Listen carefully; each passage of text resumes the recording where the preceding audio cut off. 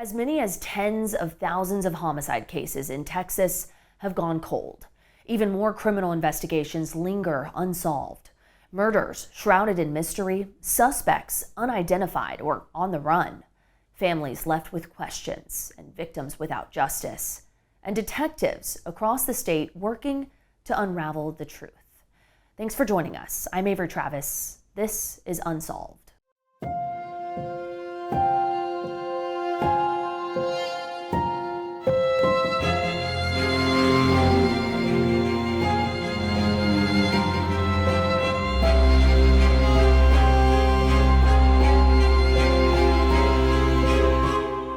Each week, we will shine a light on an unsolved case from Central Texas. But first, an in-depth look at the state of unsolved cases in Texas by going behind the scenes of one of the most well-known law enforcement agencies in the country. The Texas Rangers, a uniquely Texan law enforcement division, older than the state itself. They operate under the Department of Public Safety, and the Rangers are the primary criminal investigative branch of DPS, tackling cases ranging from murder to public corruption to bank fraud. And they have a program entirely dedicated to investigating unsolved crimes. Here to explain the work of the Unsolved Crimes Investigation Program is Texas Rangers Lieutenant Trampas. Lieutenant, thank you so much for joining us. Thank you for having me. We want to help our audience get to know you just a bit better. So we will tell you, Lieutenant Gooding has been in law enforcement for more than 32 years. He joined DPS in 1998 before being promoted to Ranger in 2004. There, he's investigated active and cold case homicides, as well as sexual assault investigations. He's assisted with skeletal remains excavations. He oversees a federal grant known as the Sexual Assault Kit Initiative.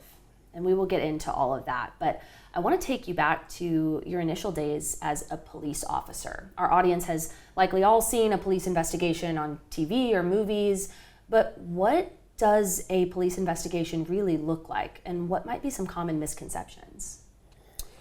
You know, as a police officer, uniform patrol, their responsibilities are different from the detectives.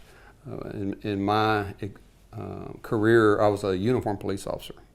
And so when offenses, crimes happen, the police officers, uniform officers, first one on the scene to figure out what's going on. And serious crime, whether there's a homicide, then once they realize that that type of offense has happened, then they would hold the scene, prevent anything being contaminated, and then as they wait for the detectives to get there to investigate. Because that evidence is so key and so important for later on. Yes. How often in a case does evidence that's maybe not been preserved or that's been impacted actually end up impacting a case and being able to solve that case?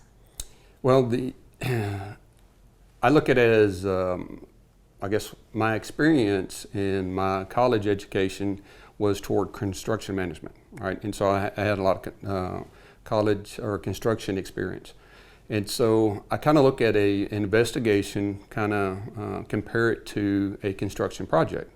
The foundation, the groundwork and the concrete foundation is most important. Well, that's also similar to a crime scene. The initial crime scene investigation, there's so much you need to gather, and if it's done right, or there's errors involved, then it's going to mess up the whole project. Mm-hmm. Similar to a construction project, right?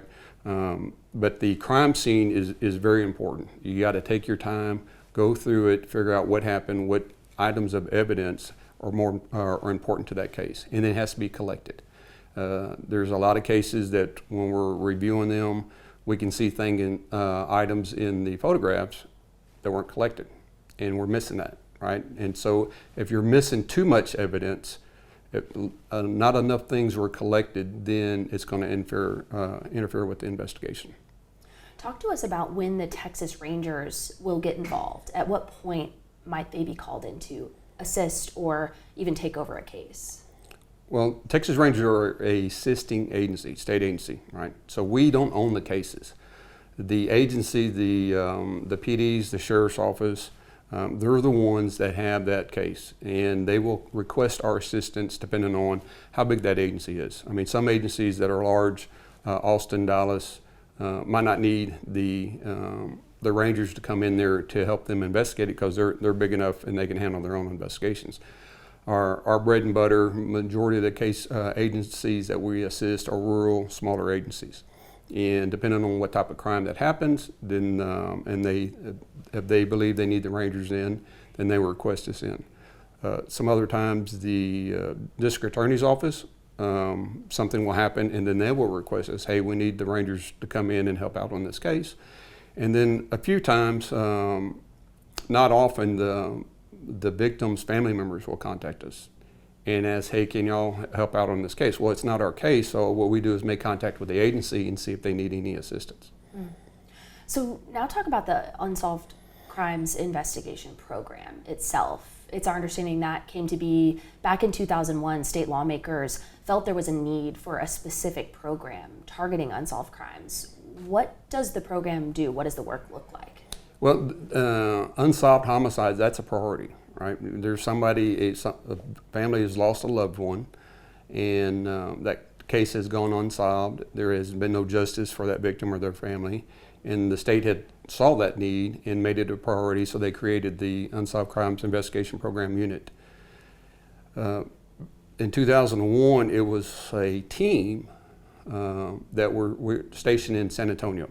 Right, and I think there were 6 or 7 guys at the time, and they would get together. 8 cases would be given to the program to review, and if it qualified, there was something to do on the case, then they would be investigated.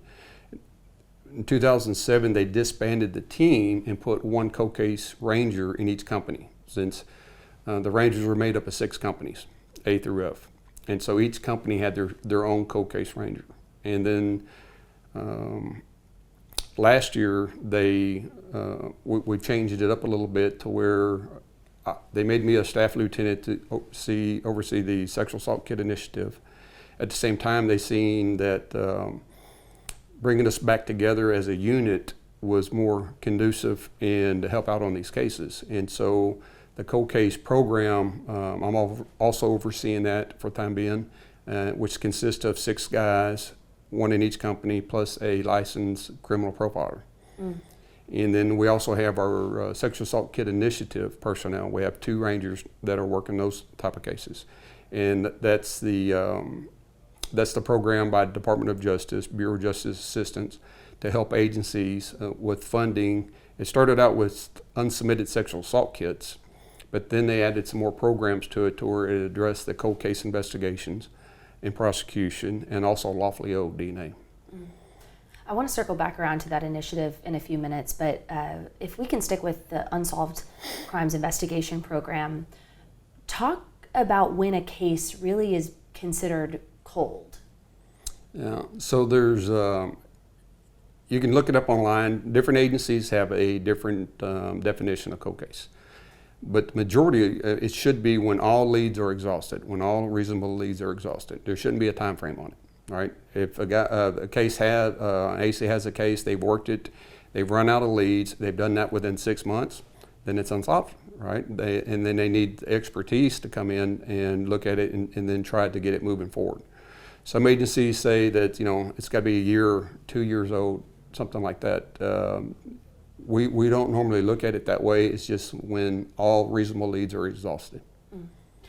Do we have any idea how many unsolved or cold cases there are in the state of Texas? I've heard numbers. I don't know if that's accurate. I don't think there's a,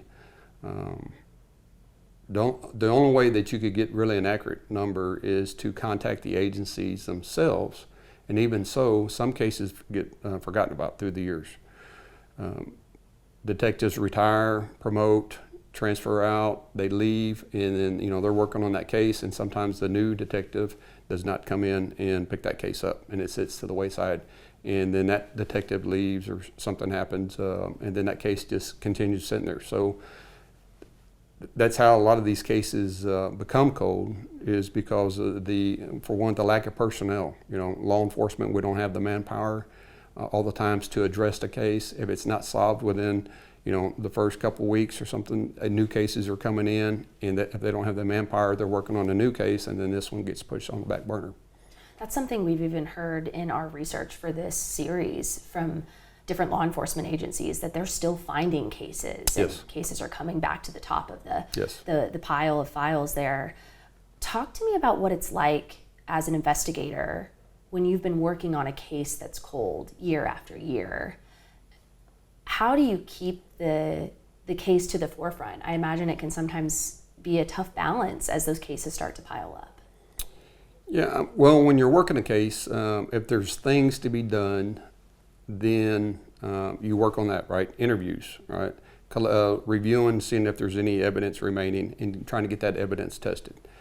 Following up on interviews, even the people that were originally interviewed back in the day, time is on a cold case investigator's side because relationships change through the years. And somebody who had information or was tight, was in a group during that time frame, didn't want to talk, but years have gone by, their relationship has changed, and now if you don't go back and knock on that door and ask them, try to get them communicating, then it's still going to, that information is still going to be withheld. So many times we've gone to people that we've seen their name in the file, or we find out that they're associated with somebody, the name in the file, and they say, man, nobody ever came and talked to me. I was waiting for somebody to come talk. And you would think that they would come forward, but they don't, right? And so if you don't ask them for the information, there's some people out there that won't give that information until you knock on their door and say, hey, what do you know about this case? Man, I've been waiting for you to come talk to me about this. And it's been 10 years. And we're like, what? And then they spill out the information that they have. Others that they might have been good friends at the time, and then they've gone different directions later in life, and you go talk to them, and they're more forthcoming with that information. In recent years, we've seen so many cases where there are rewards offered or pushes with various groups to try and get people to come forward of their own volition. We know that there's a Texas Rangers cold case database on the website to try to interface with the public. So how have those efforts maybe drummed up more leads or encouraged people to come forward that might have sat silent? Yeah, especially during COVID, we received so many leads. People weren't out and about, so they were the web sleuths. They were getting on the webs and going through these cases, and we received a lot of information. It's nice that the public is wanting to help, but a lot of times, majority of the leads that we received, they're not related to the case with information. They're giving you ideas. Hey, have y'all thought about doing this? Have you done, and we take all those tips that are coming in, and if they provide their information and want to talk to us, then we contact that person. But yes, there's people out there, and that's the reason why we have these cold case websites to strum up information. Hopefully, somebody will see it, somebody will remember something, and hopefully that they will provide that information to law enforcement to further that case. When does something become a viable lead, and how do you know when you're receiving that volume of tips? How do you wade through it all? It's the facts, right? If they're providing you facts for that case and it's matching with the case, and you're like, hey, this person may know something about this. If it's totally off, you got a flag going up and realize, okay, this person he wants to provide information on this case, but it's not matching up. We'll still talk to them and try to figure out what's motivated them to come forward with this type of information. Did they know something? And there's always a chance of a suspect calling in and providing false information to redirect the investigation. So you got to consider all those those possibilities when you receive a tip. I imagine it's a lot of vetting folks who are submitting the tips then in that case too. Well, some majority of the time it's anonymous, and we don't have that information. All we have to go on is the information they provided. Now, if they call in and say, hey, we think it's so-and-so, right? Okay, why are they doing that? And who is this person? So we research that person to see if there's any ties to that investigation, or we can place them in the area, in the town, anything that kind of vets that information that they provided. There has been times that people jaded relationships. They will call and provide somebody's information just to get them in trouble. And so we have to go through that through that process to vet that out. It's a lot of work. As you're describing this, I can imagine those calls take time, visiting Yes. folks, interviews. We know DPS asked lawmakers for additional personnel this year, and it's our understanding some of those would be dedicated to solving cold cases. But you talked about manpower earlier. Does the state of Texas have enough manpower to tackle the number of cases that might be out there? The cold cases? Well, there's 2,400 law enforcement agencies across Texas. And we've been dealing this whole time, with 6 guys. And so you're not going to address all of them. And so legislation did give us, what I've been told, 6 more spots. And even then, you're not going to address all of them. But that's a good start. I mean, that now we're getting recognition about when you have more people dedicated to this, the more of these cases will be solved. More hands working on Yes. it, more people making calls. Talk to me about, in addition to just the number of cases, the volume of work, but what are other big barriers to solving Texas unsolved cases? Well, in the past, it used to be technology. Now, technology has changed, and technology has changed tremendously. And these, with that change, those advancements, we're able to solve cases, retest evidence that we were not able to get DNA before. Now we're able to get DNA. So much of your work has centered on DNA analysis, genetic testing. Talk about how you've seen that improve year over year in your career. How have you seen that, just as you said, help speed up the timeline of these cases? Well, when I went through my first police academy in 1993, DNA wasn't even taught, wasn't even brought up. And so in the early 90s, that's when DNA started coming around here in Texas.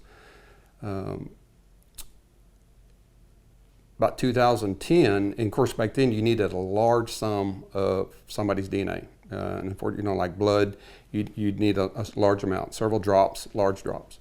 Now we're dealing with samples that they consider, I don't know if you know what a nanogram is. Okay. Sounds small to me. Okay, so a nanogram is a billionth of a gram. Okay. Wow. So if you take a paperclip's supposed to weigh a gram. You stretch it out and you cut it into 1 billion pieces. One of those little pieces, that's the amount of DNA that we're getting now. And having success with that in identifying people. Of course, we're using, with those amounts, we're using genetic genealogy. And so the Golden State Killer, if you're familiar with that case, right? So that kind of opened the door. And law enforcement nationwide is learning this process where we're able to, we might not know who the actor is, but if we can identify family members of the actor and then kind of narrow down with building family trees and gets us to that person, then we'll collect his DNA and see if it's going to match or not. And then, lo and behold, most of these cases, the guy's DNA is matching up. And that's all through genealogy. What does that look like for going back to some of these cases that may have set cold? Now knowing this technology is out there, I imagine you're digging back into the archives of some of these cases. Yes. A lot of the cases that I've been doing cold cases probably about 18 years. The ones that I worked on back in the day, if it's not solved, where we're going back and revisit them, trying to, if evidence wasn't tested, I say 2020, it needs to be retested. Anything before 2020, you need to resubmit the evidence and have it tested. How do you get that message out to smaller departments or maybe departments that have less of a connection with the Rangers, or maybe there's less of a large cold case dedicated unit? What kind of messaging is it like to try to encourage them to dig up some of these older cases that may have sat for a while? Well, we're going back, so talking about the program, and this is going to answer that question there. So in 2019, senior leadership with the Rangers and the Texas Department of Public Safety decided to put in for the sexual assault kit initiative program, right? And that was the funding. Back in the day, DOJ started that for unsubmitted sexual assault kits. And as that program grew, they opened up different purpose areas, different programs. and one of them was the cold case investigation and prosecution, and that's the program that I oversee. We have my civilian counterpart. He's over the Lawfully DNA, and that's another issue. Remind me to bring that up. The Lawfully O. So we have this funding. How are we going to figure out what cases are viable, right? So we did a study through our CODIS lab, and CODIS, Combined Offender DNA Index System, right? So if you're convicted for a felony offense, your DNA is collected and put in CODIS, right? And then if you're investigating an offense, a crime, such as homicide, sexual assault, and you have DNA, unknown DNA, you put that in there to see if they're going to match. If your unknown DNA is going to match the known offender. And so we wanted to see how many unknown samples did we have in CODIS here in Texas. And we come up with, I think there was about 40-something thousand unknown samples. Wow. Okay, but that included single source, partial samples, and mixtures. And through genealogy, it's sensitive, but you really need a single source sample. You have to have a single source of the unknown male. Meaning it came from one person. One person, right. And if you have a mixture in there, even if the victim's in there, sometimes it hinders the case and it won't go forward. But depending on the level, right? So the best ones is when it's single source. It can go down to probably about 60-40, 60% unknown, 40% victim, and then we can still extrapolate that, or the labs can. And so anyway, so in CODIS, we wanted to look at how many single source samples did we have related to homicides and sexual assaults. Because burglaries, robberies, all those are in there also. But the sexual assault kit initiative, you have to have a sexual nexus. So any sexually related homicide or sexual assaults. And when we first did our study, we came up, there was 5,500 sexual assaults with a single source and 422 homicides across the state. And this is just DPS labs, right? So there's 10 DPS labs across the state, plus our one state CODIS laboratory, and then there's 7 non-DPS labs. Okay? And those, Tarrant County Crime Lab, Houston PD Crime Lab, Harris County, Bexar County, University of North Texas. So there's 7 of those. But we only were looking at the DPS ones since DPS had this grant. So we had 5,500 sexual assaults and 422 homicides. The problem that we found out right off the bat is that most agencies do not give the dispositions of the case to the lab. They'll submit the evidence, but they forget to tell, hey, this case is disposed of. It was adjudicated. It was taken to trial, found guilty or not guilty, whatever. That information is not related to the crime lab. So the Rangers, we had to go back to each of these agencies and say, hey, can you give us the dispositions on these cases? And once they did, then we have a better idea what cases that were still unsolved. And from there, we asked them if, hey, can we help you with this case? We have the funding. We have to adhere to DOJ's policy, Department of Justice, their policy, and it's online. It's called the DOJ interim policy. And you have to do so. It has to be a qualifying offense. You have to have a full STR and a CODIS. You have to do a CODIS familial search, and to explain that a little bit. And so you have your unknown offenders in CODIS. Your unknown's in there, and it's not matching anybody. So a CODIS familial search will look at close relatives. Is there any close relatives of this unknown in the database?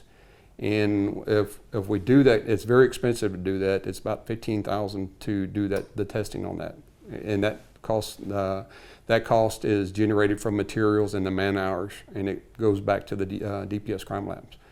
But the CODIS familial search will possibly identify a father-son relationship.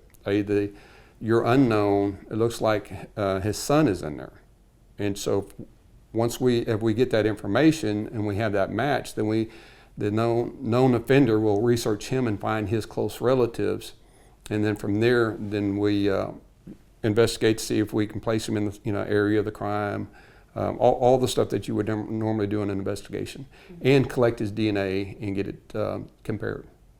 Then that gives you probable cause. If it matches, that'll give you probable cause for a search warrant to go get a buccal swab from him directly. When we talk about DNA and evidence, I think a question we get a lot is, does it prevent potential, wrong arrests or false accusations? Does this make the science of what you do more accurate, quicker to get to the person really at the heart of a crime? Yeah, it can, but you got to think. Remember too, DNA is just a tool, right? There's all sorts of tools in investigations.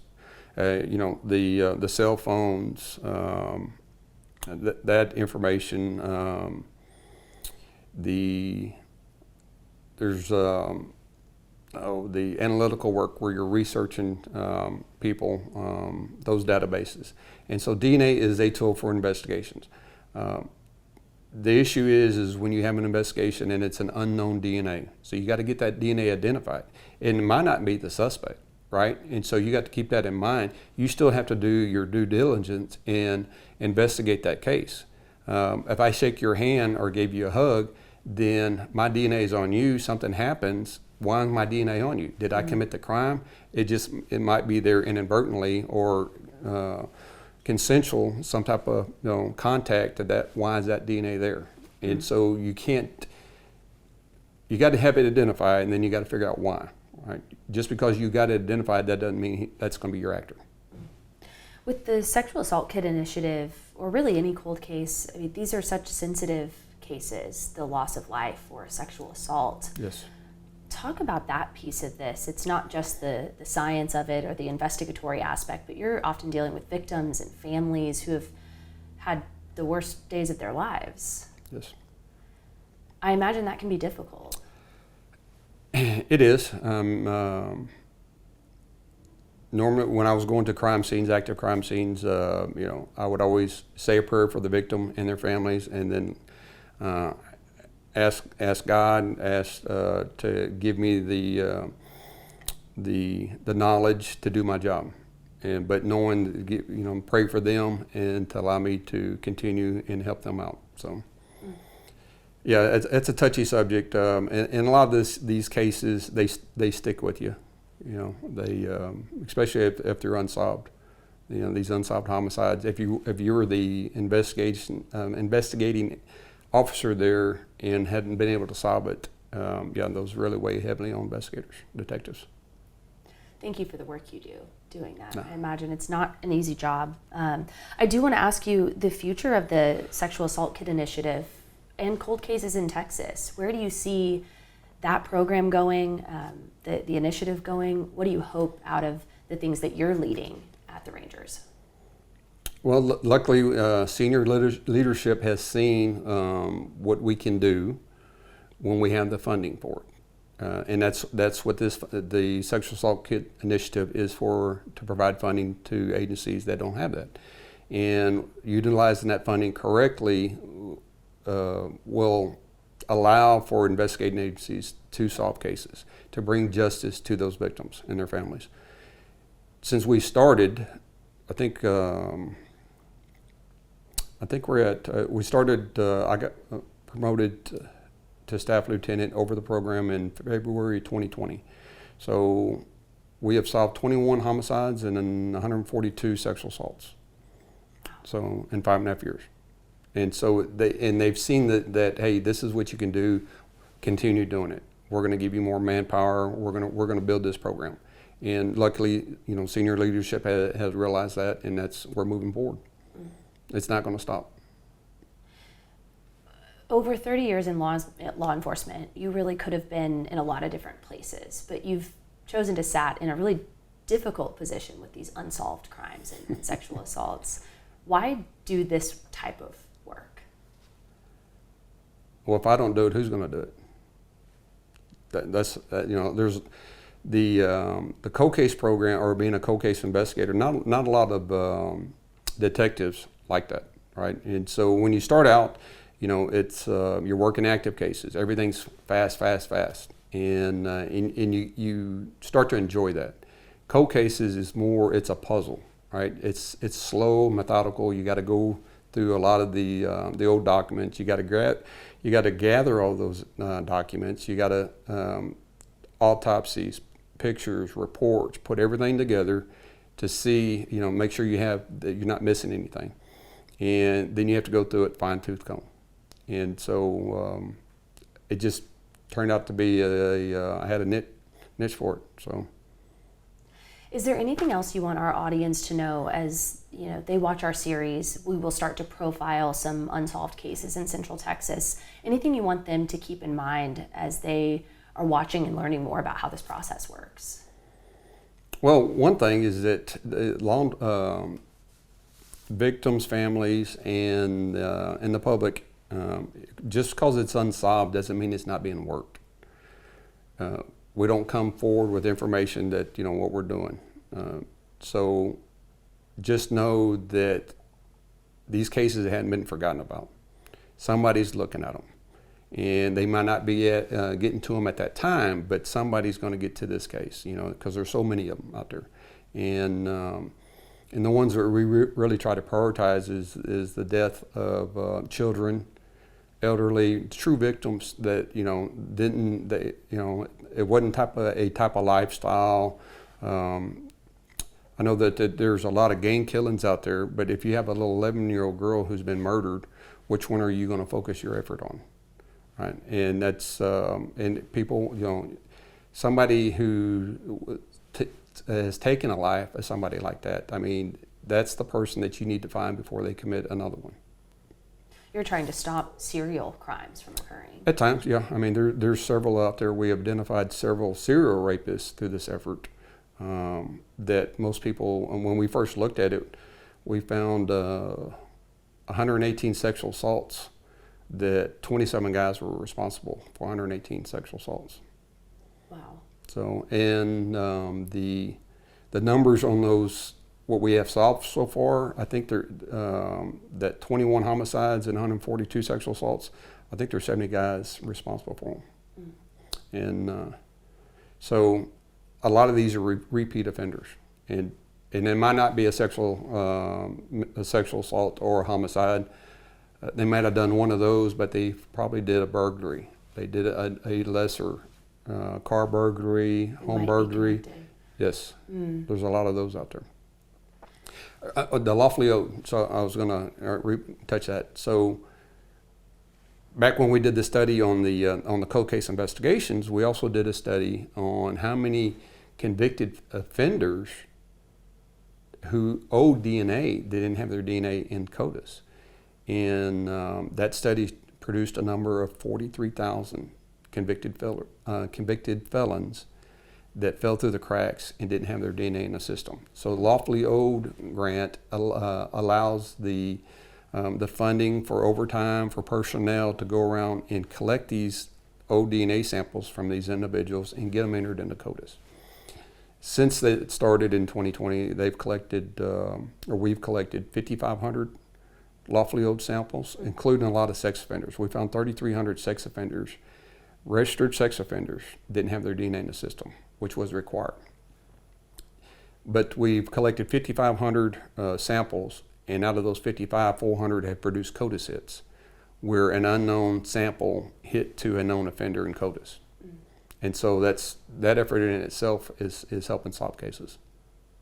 Do you ever get any hesitancy or pushback when it comes to some of this new technology, DNA technology? We've reported on some issues with DNA collection in labs over the years here in Austin.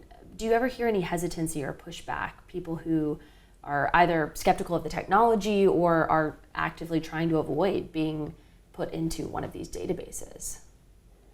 Well, let me see if I understand. Are you talking about citizens? Yeah, citizens, yes. Just people who are trying to understand, or people who might be involved in one of these. Yeah, well, we do come across, so how that process works is there's only two databases that allow law enforcement to upload to. Ancestry and 23andMe do not. Right, everybody's opted out. And also that they would, I don't even think they adhere to search warrants. But GEDmatch and Family Tree DNA, they have the option. You can opt in for law enforcement to be able to utilize your SNP profile, your family trees, whatever you have there. If you opt in, then it allows law enforcement to look at it. If you opt out, then it doesn't allow law enforcement to look at it. And there's times that we say, all right, your unknown is really a distant relative of this person here. And they may be third, fourth cousins. Do you know your third or fourth cousins? I mean, I barely know my first cousins, right? And second cousins, as you get out there, you don't know them. And there's some people that don't want, once they see law enforcement, they don't want anything to do with it, right? So no, we don't want to help. And then there's others like, yes, I will help you in any way you need. Here's my DNA, here's my family tree. And so we're able to use that information to build that family tree of that unknown. So you might be a bit beholden, though, to the services that allow the opt-in for law enforcement. Yes, we're limited on that. It's those two databases, and it's for individuals that have opted in. How do you see that changing, though, as the technology continues to get better and better? At some point, do you think there would be more resources for law enforcement to try and tap into? For the genealogy databases, or potentially, yeah, or other avenues of technology changing? Well, as long as the grants are there, I mean, there has to be the funding. These cases are very expensive. When you start sending out evidence from a crime scene to a private lab to get it tested, and then to do the SNP testing itself can be anywhere from $1,600 to $3,000. Okay, and then there's different levels. You know, a SNP test. So let me explain that. So a SNP test is SNPs, single nucleotide polymorphism. Regular forensic work looks at STRs, short tandem repeat DNA, and those are apple and oranges, right? So if you have an STR profile, that's what's uploaded into CODIS. There is no database right now by the forensic labs, crime labs, for SNP. University of North Texas started a genealogy program, okay? But the database is different, right? So it's apple and oranges.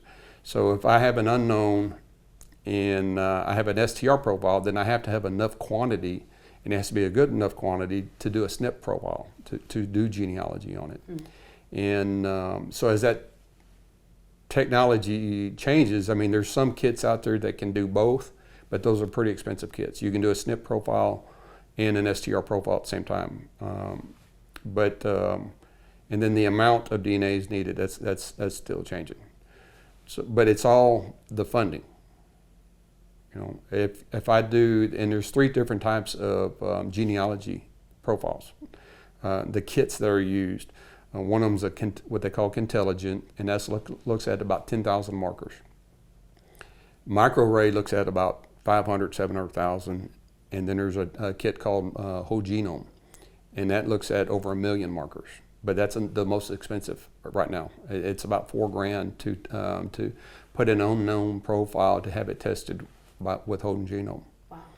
And then you're looking at STRs. Well, STRs we're looking at about 23 markers, and then you're looking at SNPs, and you're looking at over 1 million sometimes. Wow. So but those markers are different, and so it's way above my head.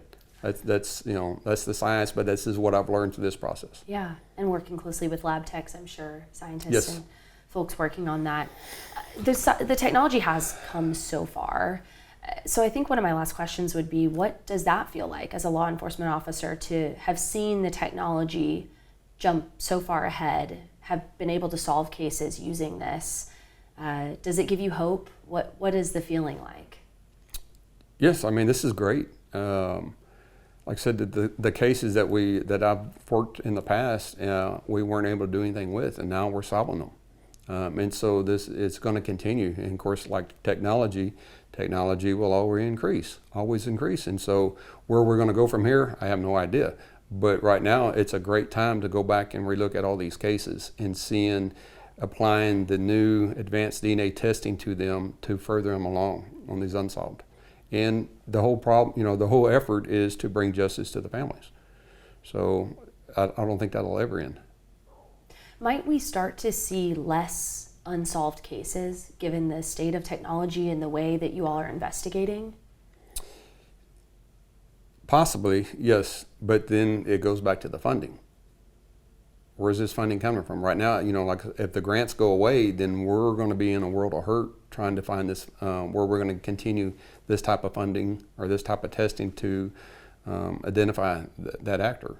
And that's always, in law enforcement, it's always been funding. I mean, there's only a certain amount of funding that goes to law enforcement, and they have to utilize that how they see fit, and the majority of it is for active stuff. So cold cases always get put to the back burner. But now with this funding and technology, we're able to do something with it. And so as long as it continues, it's going to be great. If it goes away, then we're going to have to figure out how we're going to do it and continue doing it. Lieutenant, I could probably keep you here all day. You've been such great insight. Thank you so much for joining us today. Thank you for having us, We appreciate or having me. But yes, and I want to thank our senior leadership for this effort that they've decided and pushed this, and without that, we wouldn't be doing what we're doing. Making it a priority. Yes. Thanks for joining us. We appreciate it. And you can all join us next week on KXAN Plus for our next episode of Unsolved Central Texas. New episodes air every Thursday at 1. And to watch all of Unsolved Central Texas episodes, you can go anytime to KXAN.com or look for the KXAN Plus Originals category on our streaming app. We'll see you next week.